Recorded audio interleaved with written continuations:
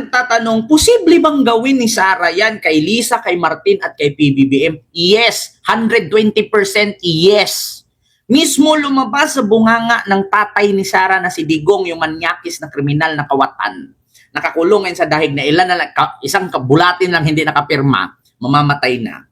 Ang sabi niya, kung ako mag-otos, patayin nyo yan. Pero si Inday, bakit buhay pa yan? Mag-ingat kayo sa babaeng yan. Tatay na niya mismo nagsabi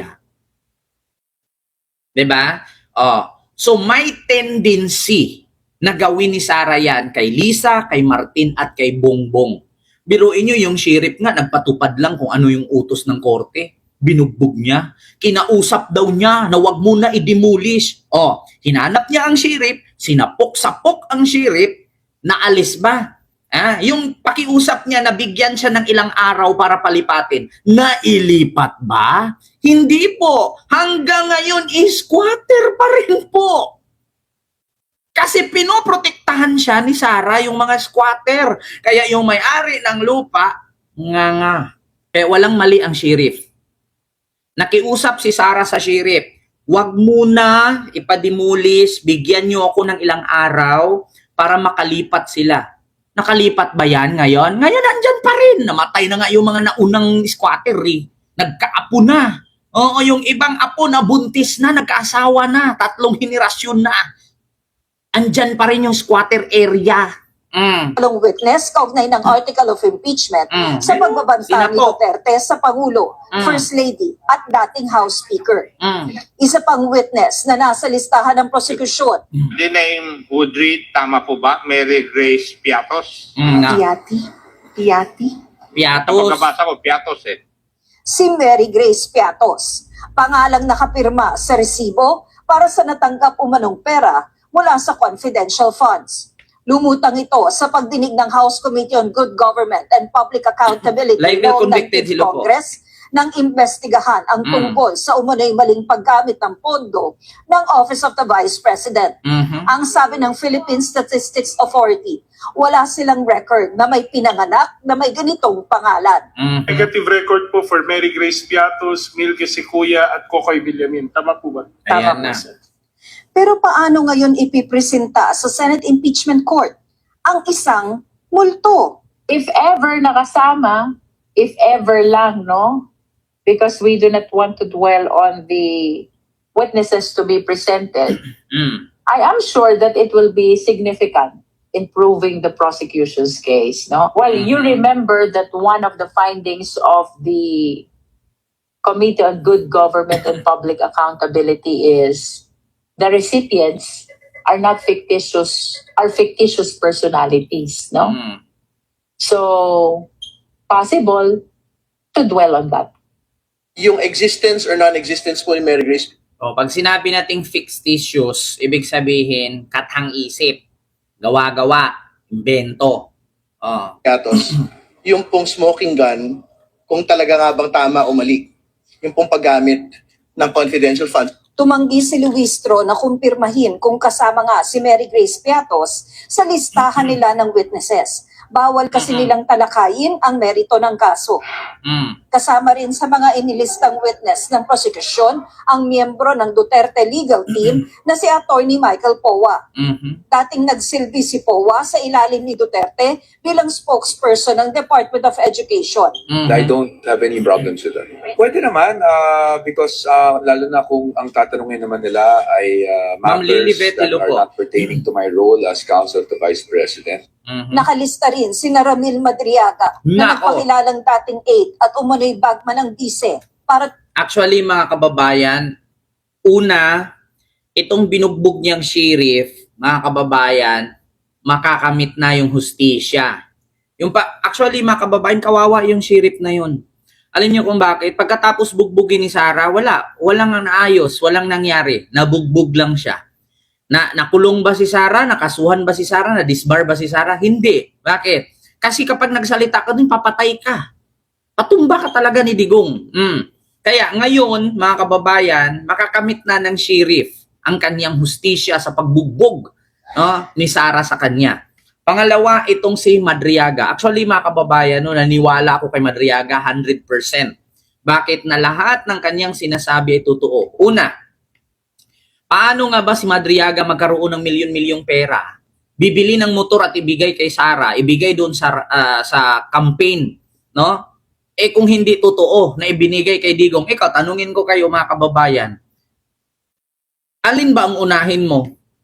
Igastusan mo ang pamilya mo, magnegosyo ka, paaralin ang mga anak mo, tulungan mo mga kamag-anak mo, o ibigay mo yung mga pera mong milyon-milyon dyan, pambili ng van, pambili ng sasakyan, pambili ng mamahaling motor. Kung galing mismo kay Madriaga yung pera. So ang totoo, galing talaga kay Digong. Bakit nga ba si ikaw, tanungin ko kayo mga kababayan, hindi naman siguro kilala si Madriagang milyonaryong negosyante. So saan galing ni Madriaga ang pera na ipinambili niya? Oh, dito pa lang mapaisip na kayo, nga naman ho, bakit nga ba ang isang Madriaga bibili ng mga motor, no, na ibigay mo doon at yung van, yung mga kotse, kung pera mo yan, bakit may pamimigay? Unahin mong tulungan yung pamilya kamag-anak mo. Kaysa ibigay mo sa campaign donation. Ano yun? Tumestigo sa inilahad na niya sa House Committee on Justice na pag-deliver ng confidential funds ng OVP sa ilang individual. Tsaka nakakapagtaka lang, mga kababayan, speaking of Larry Gadon, bakit si Larry Gadon na disbar na sinabihan lang naman niyang bobo yung mga kaaway niya noon? Eh, bakit si Sara hindi na disbar? Sinapak ang sheriff. Ganun na ba kabulag? Ganun na ba kabulag ang Integrated Bar of the Philippines? Ganun na ba kabulag ang Korte Suprema? Di ba? Ganun na ba kabulag? Bakit si Sara na napak ng sheriff, may black eye yung sheriff? Wala pang hustisyang nakamit yung sheriff pagkatapos yung black eye-an. Na which is ang si sheriff, sumunod lang naman sa utos ng korte. Pero si Larry Gadon sumigaw lang ng mga bobo na disbar. Si Sara na napak, nagkaroon ng black eye yung sheriff. Bakit wala? Di ba? Nagtatanong lang. Attorney Reynold Munsayak, dating spokesperson ng OVP, na nakita raw ni Madriaga na nasa bar kung saan nag-deliver si Madriaga ng pera. Nako. At Attorney Zulaika Lopez, Chief of Staff sa OVP. Para sa article of impeachment tungkol sa umano'y unexplained wealth ng PISE, kasama sa mga inilistang witness ng prosekusyon, si dating Senator Antonio Trillanes IV. Nako, pati si Trillanes kasali pa, oh. No, bukod doon sa binugbog na sheriff, si Trillanes kasali. Yeah? At saka mga kababayan, ito lang sa akin ha. Sa mga nagtatanong po, bakit palang hindi na-disbar yan si Sara? Una, bukod doon sa nanapak siya ng sheriff, hindi siya na-disbar. Si Larry Gadon, sinabihan lang bobo, nagsalita lang ng bobo na disbar. Pangalawa, binantaan ang presidente, ang first lady at house speaker. Bakit hanggang ngayon hindi pa rin na-disbar si Sara? Nagtatanong lang, magkano po ba para ma-disbar si Sara? Magkano po? May bayad po ba para ma-disbar si Sara? Magkano po ba?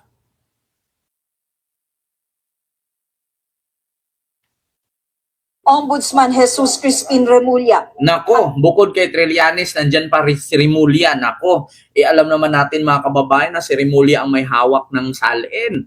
Yeah? Sunod. Dating overall Deputy Ombudsman Melchor Caranda.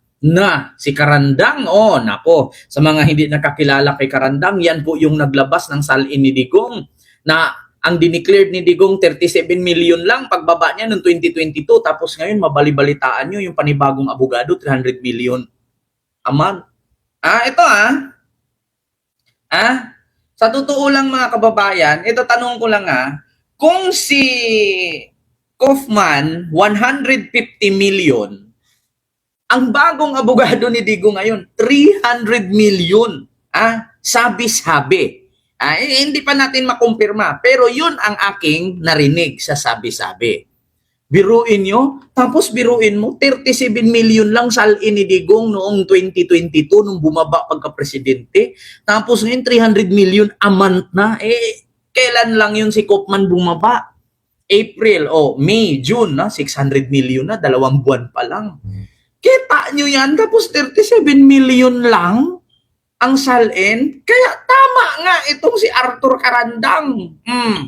na nag-imbestiga sa bank accounts at mga transaksyon ng bise at ama nitong si dating Pangulong Rodrigo Duterte. Nako! Well, I'm sure you have listened to the testimony of former Senator Trillanes. And there Sir was Bads mention Manalo, hello. of his testimony before the Committee on Justice of the Road. Kita nyo mga kababayan, biruin nyo, itong mga DDS, iwan ko lang kung tanga pa rin kayo, sa totoo lang. Sir Henry, Mama Jordahilo po. Ewan ko lang kung magpakatanga pa rin kayo at maniniwala pa rin kayo na santo yung karton. Una, 37 million lang ang salin ni Digong. Binuksan ni Carandang, binigay kay Trillanes, tinanggal si Carandang. Naniniwala ba kayo na 37 million lang? Paano yung binayad niya kay Kaufman at kay Jacob? Magkano yun? 150 million a month. Isang taon. 150. O sabihin natin 200 million. Dalawa si Jacob at si Kaufman. 200 million a month times 12. Kasi isang taon siya bago binitawan ni Kaufman. Biruin nyo 200 million times 12. 2.4. 1.2 billion ba? Correct me if I'm wrong. Or 2.2. Pasensya na kayo mga kababayan, hindi ako marunong mag-estimate kasi sa mga ganyan-ganyang bagay. Sige nga, 200 times 12. 2.4 billion. Isang taon. Kay Kaufman at kay Jacob. Tapos yung pera ni Digong, 37 million lang. Isipin yung mabuti mga DDS. Isipin yung mabuti. 37 million lang salin ni Digong noong bumaba. Saktong-sakto sa kwintada ng sahod niya a month bilang presidente. Saktong-sakto sa kwintada bilang presidente dahil nagbayad rin siya ng tax. Pero saan nila galing yung 2.4 billion plus another 300 million na naman ngayon kay Highness? Ano ba yun? Highest ba? Pilyedo niyan? Nako, mga kababayan, mukhang pinagluluko na yata kayo mga DDS Mukhang hanggang ngayon tanga pa rin kayo Ito bago ko ipagpatuloy yan. Ito Panurin natin. Magkano nga ba ang salin ni Digong noong bumaba siya noong 2022 pagka-presidente bago siya pinalitan ni PBBM? Ito Digong Salin 2022.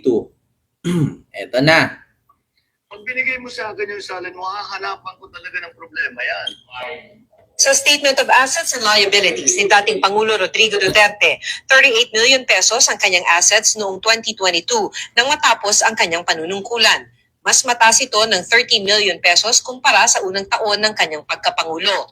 Sa kanyang mga ari-ari ang nakalista sa 2022 SALN, 7 dito ay residential lots at isang house and lot sa Davao City at 2 ang sasakyan. Ang cash on hand ay halos 24 million pesos. May 1.5 million na binabayarang utang si Duterte kaya ang kanyang net worth nang magtapos ang termino ay 37.3 million pesos. Mas mataas yan kaysa sa net worth niya na mahigit 24 million nang maging Pangulo noong June 2016. Sa statement of... Ngayon, 37 million lang ang pera ni Digong.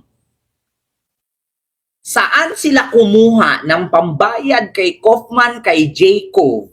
Sa loob ng isang taon na 200 million kasama na si Jacob doon. 150 kay Kaufman, 50 kay Jacob. So 2.4 billion isang taon. Tapos 37 million lang salin. Mga DDS pakisagot. Yung isa ko pang ang katanungan, hindi nyo masagot noon pa Magbigay kayo ng kaso na nahawakan ni Digong. Kasi siya piskal, abogado daw siya. Magbigay kayo na isang kasong na ipanalo ni Digong. Diba wala? Kita. Tanga-tanga talaga kayo mga DDS. Bumaba si Digong pagka-presidente, 37 million ang pera. Nakulong sa dahig 1 taon, bayad kay Kopman 150 million plus 50 million kay Jacob, 2.4 billion 1 taon. Ano nangyari? Ngayon naman, pinalitan si Kopman ni Haynes. Ano ba yun? Haynes ba yun or Hayes? 300 million daw. Correct me if I'm wrong. Aman. Sabi-sabi. Wala pang ano yan ha, confirmation. So paano? Saan galing? Hindi ba pwedeng imbestigahan yan? Kaso lang, ang hirap dito sa ating bansa eh. Harap-harapan ka ng niloloko, harap-harapan ka ng ginawang tanga, wala pa rin nag-iimbestiga. Magkano po ba para maimbestigahan si Digong? Magkano rin po ba para madisbar si Sara? Yun ang tanong Yun ang tanong. Tanong ng taong bayan. Magkano po ba para madisbar si Sara? Kasi si Larry Gado na disbar, nagmura lang eh. Magkano po ba para maimbestigahan si Digong? Kasi 37 million lang pera niya pagbaba. Tapos ngayon umubos ka ng 2 billion, 1 taong bayad sa abogados dahig. Tapos ngayon may panibago na naman. Saan galing? Kung galing kay Sara, kay Pulong, kay Basti, yan ipagsama-sama lahat, hindi naman magmamatch. Bakit? Ang sali ni Sara, 88 million lang. Kay Basti, sabihin natin 50 million. Kay Pulong, sabihin natin 100 million. Paano mangyari yung babayaran nila? Diba? Paano mangyari? Kahit ipagsama-sama ninyo sali ni Pulong, ni Sara at ni Basti, isali nyo na kay Kitty at kay Hanilet, hindi aabot sa bilyon sa sali na i-declared nila. Pero bakit nangyari kay Digong? Bilyon ang naubos. Bilyon na. Pakisagot mga DDS. Nagtatanong lang, tanga pa rin po ba kayo? Pakisagot mga DDS. Iba mahal nyo si Digong. Karton nga, sinusubuan ninyo eh. Karton nga, ginadjakita ninyo eh. Ngayon, sagutin ninyo, hindi ba tayo niloloko ni Digong? Hindi ba tayo ginawang tanga ng mga Duterte? 37 million lang pera ni Digong nung bumaba siya pagka-presidente. Tapos umubos na ng bilyon-bilyon sa dahig. Tapos ngayon panibagong abogado na naman. Saan galing? Kung galing kay Pulong, kay Sara, kay Basti, yan, nag-ambag-ambag sila, magkano lang naman ang sali ni Sara? 88 million.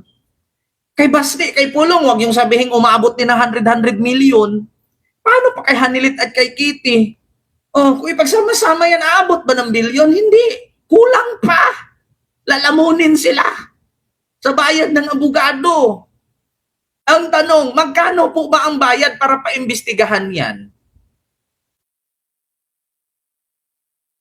Kasi kung hindi ka magbayad, parang wala atang gumagalaw eh. 'Di ba? Yun po yun, mga kababayan.